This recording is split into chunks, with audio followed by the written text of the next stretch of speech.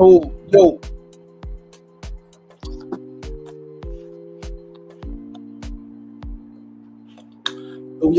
yo, what up, What's going on?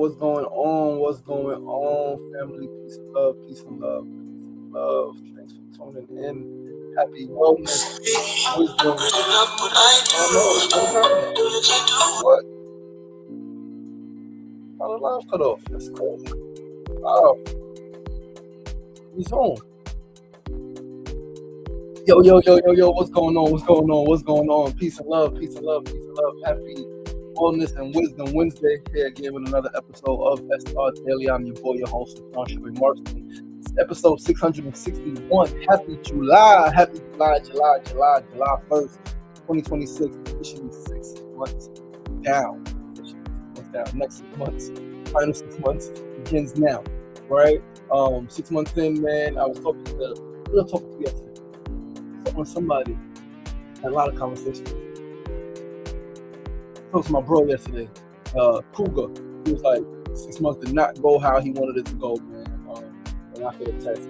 Just in the last 2 weeks, last week, right? Just since last Wednesday, man, with the transitions, and then this new information that I've been made privy to, regarding this very, very, very crazy, intense personal situation. Wow.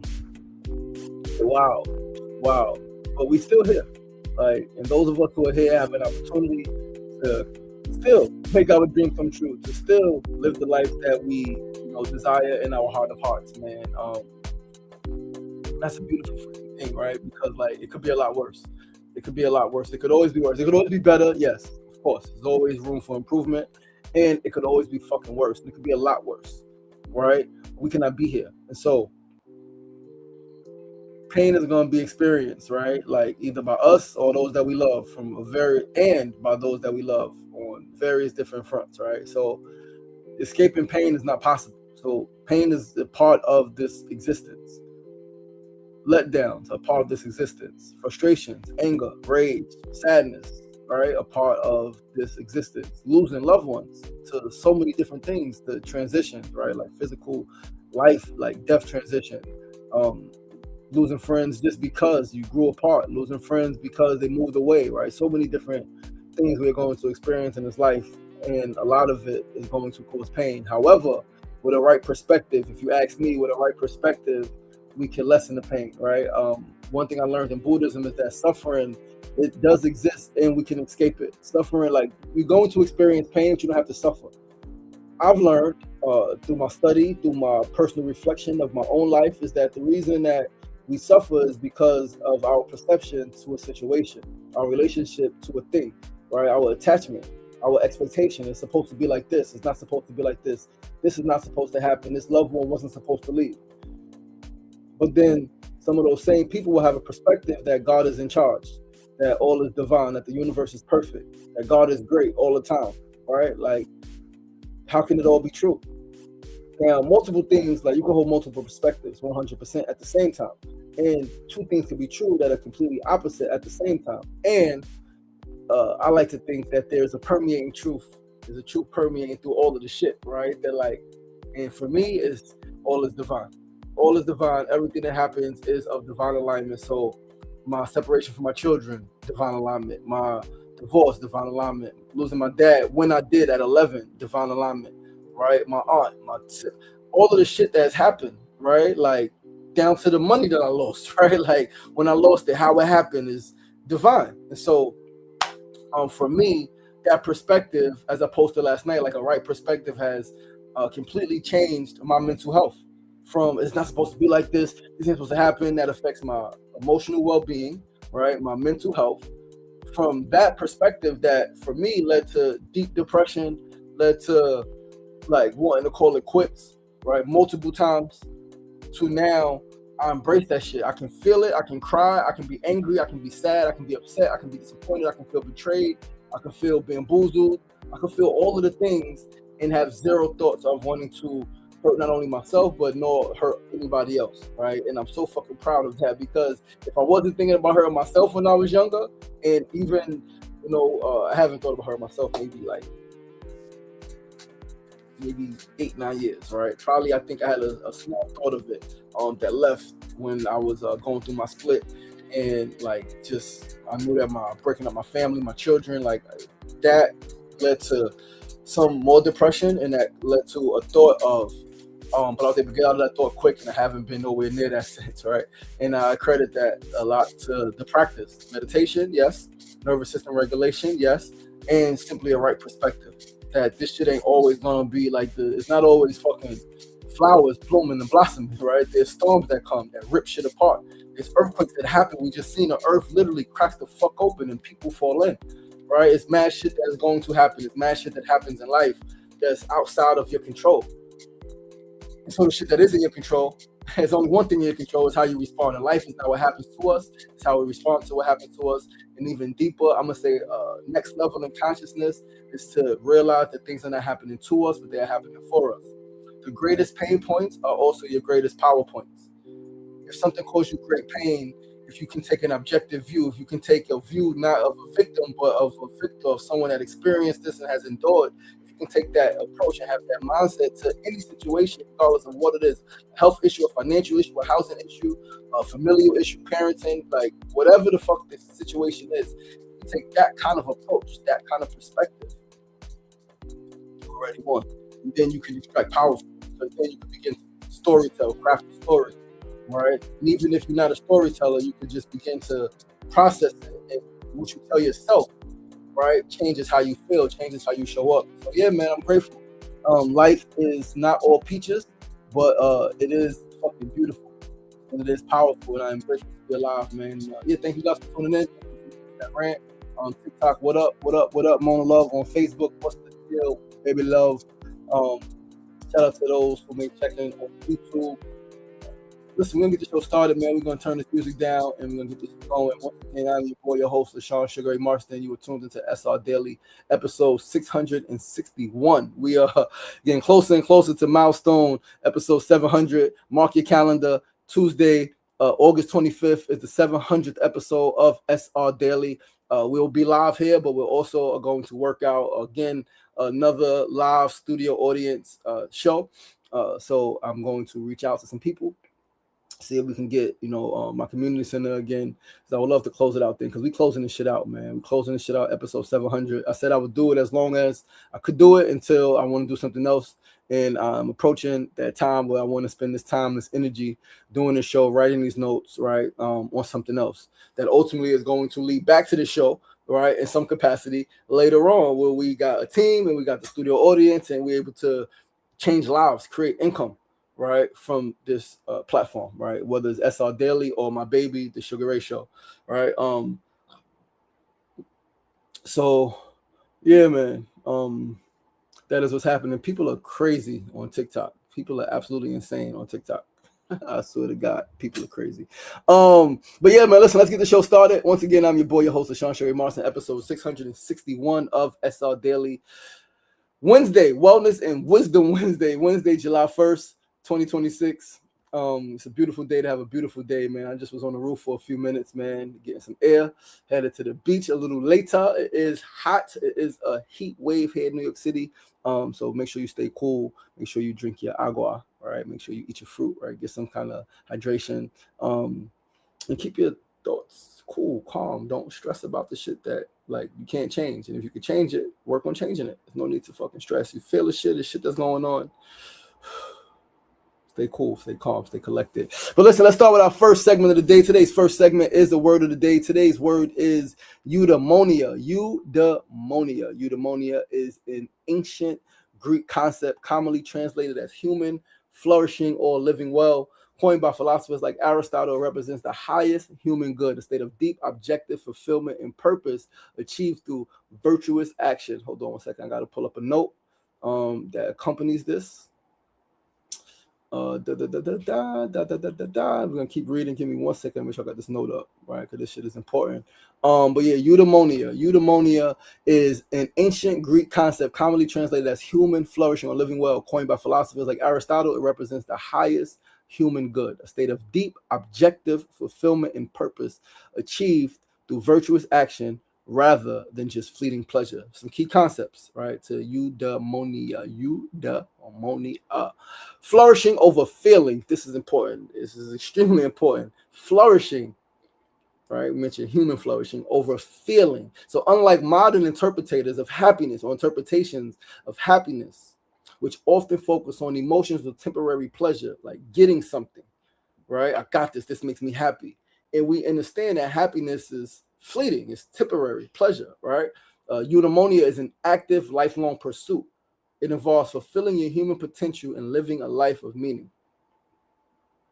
Very simple, right? Very simple. There's a stark difference between happiness, joy, and this actual lifelong pursuit of meaning, of well-being, right? Of purpose, of having a sense that your life matters, your life has an impact on others, on the world around you, right? You have meaning, you matter, your presence is sacred and is valuable simply by who you are, how you show up, how you pursue, how you receive, how you perceive, right? How you engage, how you interact, right? So let's talk about the role of virtue.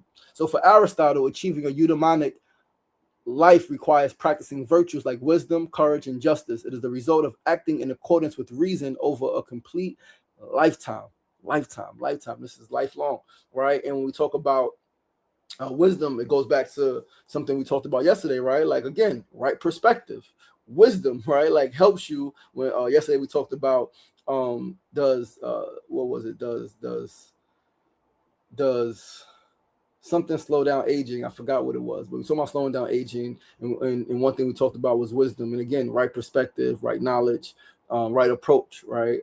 Just being able to filter things a certain way slows down aging. It reduces the stress hormones, it reduces inflammation, and it just helps you live a longer, more fulfilled life, right? So let's talk about the good spirit. The word literally breaks down into you, which is good or well, and daemon, which is spirit or inner guide.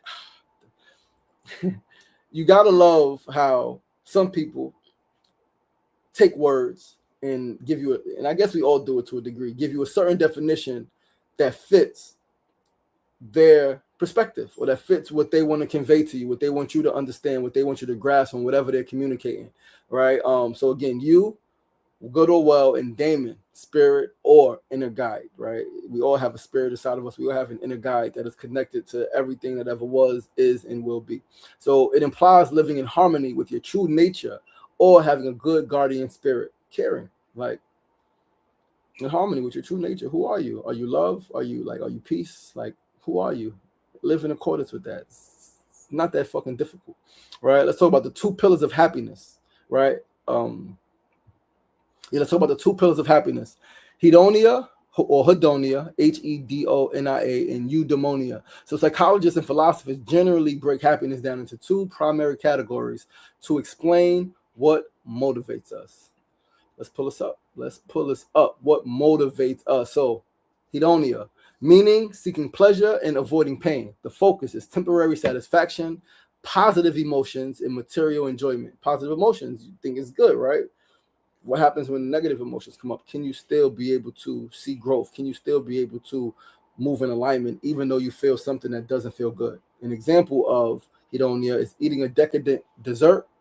It's beautiful, it's temporary, it's going to be done, it's gone. Like, you might miss it, you might be frustrated that you don't have it, and or watching a fun movie. So now let's talk about eudaimonia, the meaning, living authentically and pursuing excellence. It focuses on meaning, personal growth, contribution, and long-term purpose, meaning, personal growth, and contribution. How are you contributing to the people around you? How are you contributing to their lives? How are you contributing to this time? I think it was Muhammad Ali who said, service is the rent that I pay for living on earth. Service, like give of yourself and everything that you have to give, that you can give, right? Like without detriment to yourself, and sometimes sacrifice for another. It's fucking personal growth, man. How are you growing, right? Like, it's an inner thing. It's internal, right? Like, you could do all the physical workouts. If you're not growing internally, you could have all the philosophies, all the theories, right? If you're not really growing internally and responding to things differently, and literally, like, people around you can see your growth. right? Because it's evident not just in what you say, but in how you be and how you move and how you show up and how you respond.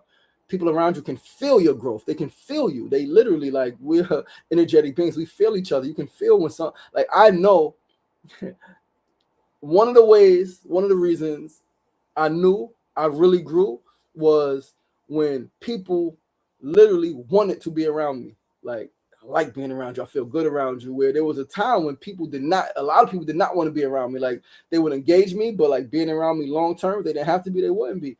I spent a lot of time alone, right? In my youth, my adolescence, and my young adulthood, a lot of time I spent time with people. Yes, family. We did trips. We did all of that stuff. And even then, I would find myself a lot of times, for portions of whatever event it was, by myself. And it's not that that's a bad thing or doesn't have much, but like, I recognize that. I recognize that difference where even when I wanted to be, it's like, yeah, it was crazy. But now people want to be around me. I've grown. I contributed positively. I found meaning, and I've been like pursuing this long-term purpose, right? Or not even pursuing, because purpose is not something that I pursue. Is I just live it, right? My purpose is to heal the world. It's not a pursuit, right? Because I know it's not an end thing. It's not, oh, the world is healed. It's like, no, we are making progress, and we have made progress, and it's a forever thing, because there's always going to be some shit and some people somewhere that's right. And an example of this is volunteering for a cause you care about, or mastering a difficult skill. The difficult skill, I mastered a lot of difficult skills, right? Being able to communicate when I feel uncomfortable. Maybe I haven't mastered that.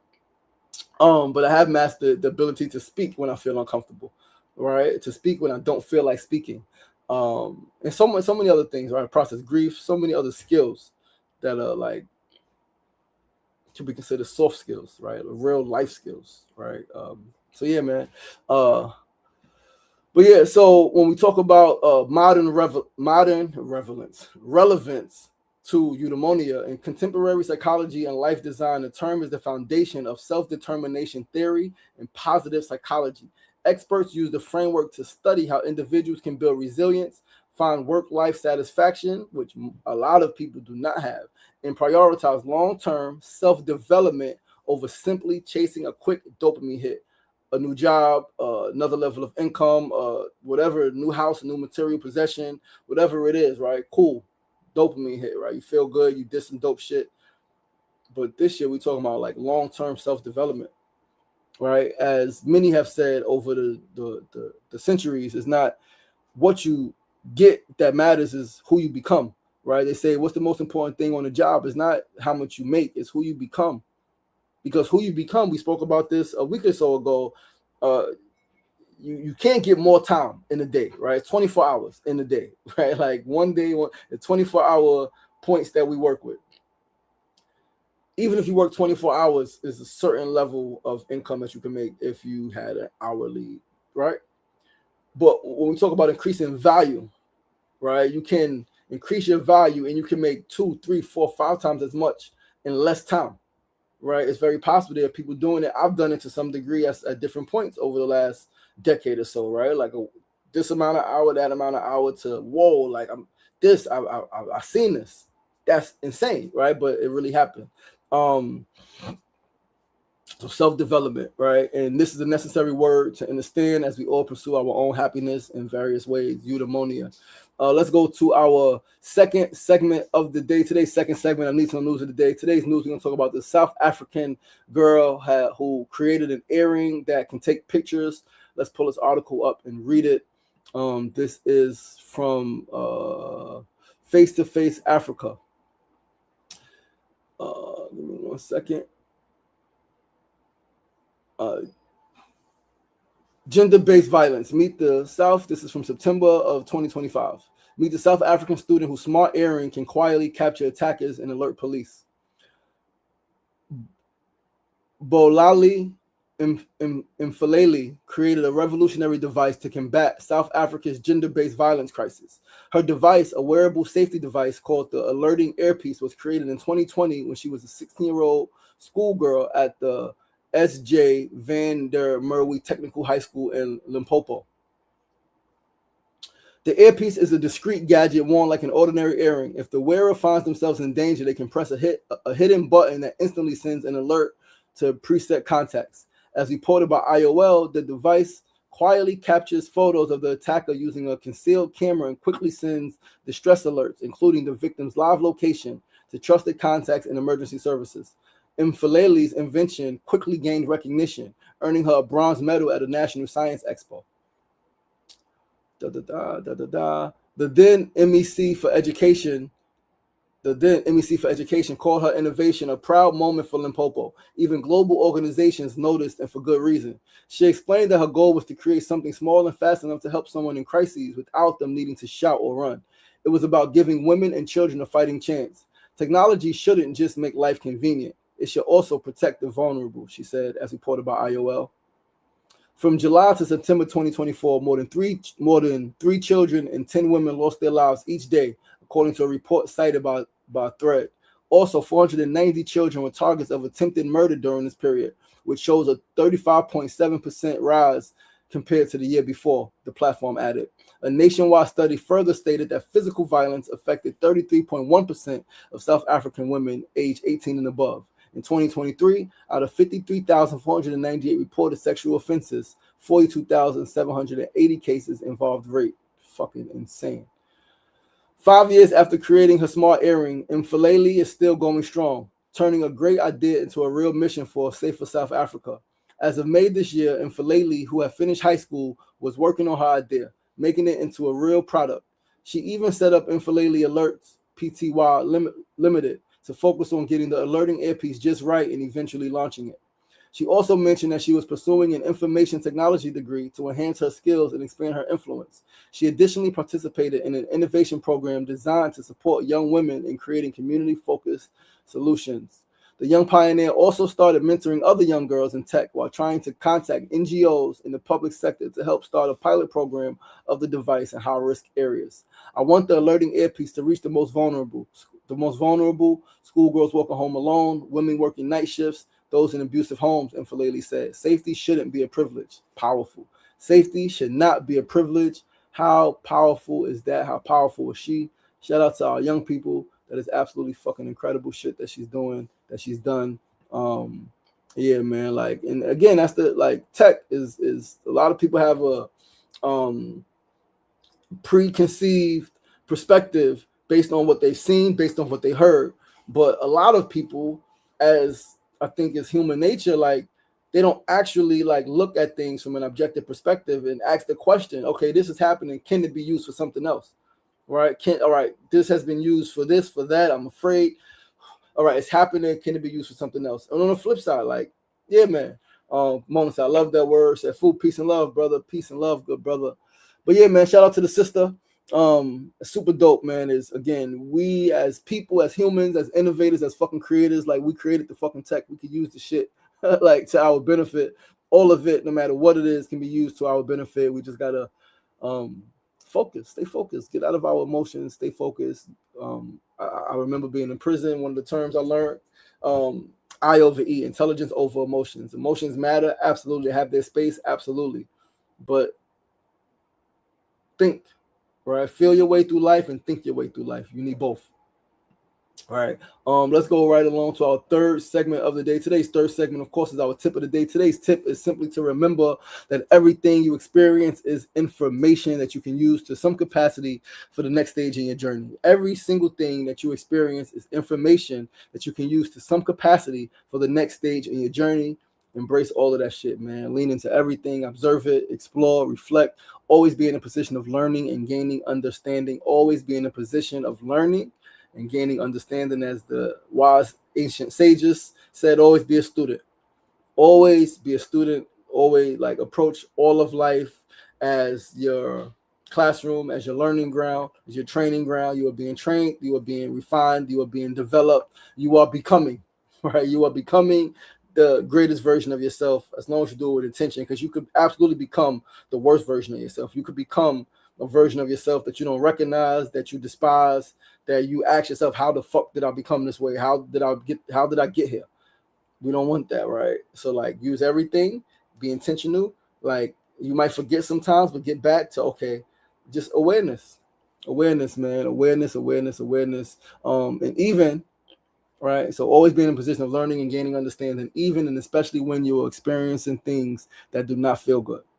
Don't curse the lessons that arise to make you wiser and to bring you closer to yourself. Don't like, there are people online who have said, I hate it here. I'm like, whoa.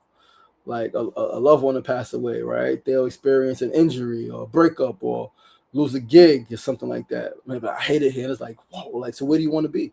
Right? Like, and clearly part of me could empathize with that, sympathize with that, right? Like, I can relate. It was a time I hated it here and I didn't want to be here, right? And then I learned, watch your words, because there's only one life. And as tough as this shit is, losing my dad, I cannot explain to you guys how painful that shit was. I was 11. Like, it's still like, clearly it's divine. I'm in a great space in relation to it, in relation to him and his transition. But like, when I go back to that space, it's still like unfucking believable. The pain, like, not even that it happened, but the pain that shit caused internally, emotionally, mentally, spiritually, and physically. I have physical reactions, like physically throwing up and physically like weak in the knees, like stomach turning, like I lost my dad, headaches, like I like in my head, like I need to, right? Crazy shit. I learned so much from that. I learned so much from that, man. And yeah, that shit made me wiser, and it brought me closer to myself eventually. That ultimately brought me closer to the people in the world, and that kind of made me who I am, right? Like, I am who I am because of my pain, because of my trauma, because of what I experienced. All right, like, change one thing, everything changes. Butterfly effect, man. You remove this traumatic event from happening. It didn't happen. Something else happened. You might not even still be alive, dogs. Like, that's real shit. But let's move right along to our fourth and final segment before we get out of here, man. Today's fourth segment, I'll build it there as always. We're gonna talk about collective euphoria and how the Knicks revealed it during their championship run. This shit is and was absolutely beautiful. So first, let's talk about collective euphoria. It is the intense, contagious feeling of joy, excitement, and harmony that a group experiences when united by a shared purpose or event. It describes the magnetic buzz or how when individual identities seem to merge with the crowd, creating a powerful sense of fucking belonging. This phenomenon is closely tied to collective everescence, a sociological concept coined by French sociologist Emile Durkheim in 1912. Key characteristics of collective euphoria: emotional contagion. The emotions of those around you amplify your own feelings. Loss of self. Your individual ego takes a back seat and you feel like a vital part of a much larger unified organism. Shared rhythms and focus. It often occurs when people move, sing, or focus on the exact same thing at the exact same time. And where can you experience it? This feeling is a natural human drive that fosters social bonding. Common examples include concerts and festivals, when the crowd sings every word to a song in unison or dances together. Sporting events, the simultaneous eruption of an arena when a home team scores, like when OG Anunoby hit the motherfucking tip in, and the whole fucking Madison Square Garden and the world jumped up. Like, shit was incredible, right? Protests and marches, of course, the profound solidarity and hope felt when advocating for a shared cause. Research indicates that experiencing this type of communal joy provides deep psychological and biological benefits. It lowers the body's stress response, boosts overall well-being, and fulfills our primal need for community. And Donnelly mentioned it years ago when we first started the Together We Heal grief support group, that we do not heal in isolation, we heal in community. And now we're going to go to specifically the Knicks, right? Because, like, and what's dope about collective euphoria and what we experience with the Knicks, with the whole city coming together, the whole world coming together, is that most times people have come together over tragedy, right? So let's read. The Knicks didn't create collective euphoria, they revealed it. People are waiting for an invitation. So collective euphoria is the rapid spread of joy, hope, aliveness, and belonging across a group of people, right? We just defined that even in more depth. For decades, we studied collective trauma, how crises unite us, how tragedy brings people together. But what happens when joy spreads through a city? The greatest city on earth. What happens when joy spread, when hope becomes contagious? Humans don't just gather around pain. No, we do gather around pain. Something bad happens in our city, something bad happens to somebody we know. We gather around pain, absolutely. But we also gather around fucking possibility. And that has been my focus, right? Like, the trauma shit, like, I get it. I don't want to make money. Like, I'm not trying to make a living off of that shit. There are people who do that, and there's space for that, and that's cool.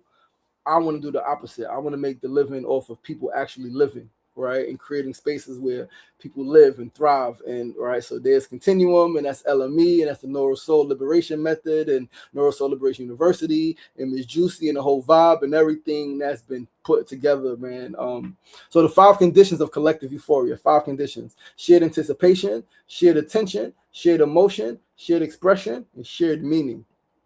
All right, the future of belonging won't be built through shared suffering. The future of belonging won't be built through shared suffering. It will be built through shared joy.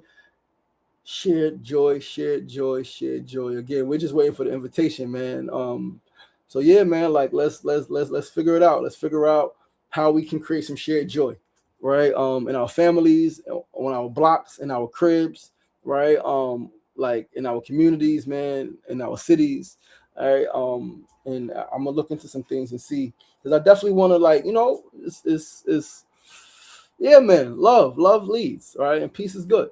But listen, guys, that's our show for today. Thank you guys so much for tuning in. Thank you so much for tuning in. Once again, I'm your boy, your host, LaShawn Sugar Ray Marston. This is episode 661 of SR Daily. It is Wellness Wednesday. Do something for your health today. Do something for your physical health. Do something for your mental health. Do something for your emotional health. Do something for your spiritual health, your financial health. Do something for your motherfucking health today. Do something for yourself. Show yourself. Prove yourself that you love yourself. You know, why am I talking like that? I don't even know. But it's a bunch of things going on at the same damn time. And yeah, man, it's all good. It's all good. I'm gonna get ready to go to the beach, man. We out. You know what I mean? I love you guys. I appreciate you guys. Have a beautiful day. Join us tomorrow, same time, same place, 9 a.m. to 9:30 a.m. Facebook Live, YouTube Live, and of course TikTok Live. Remember, it ain't getting knocked down. That's the problem. Staying down. So get up! Oh! The power is in you. As always, be kind to yourself and be kind to each other. Peace and love. Yo, I love you, girl. Peace.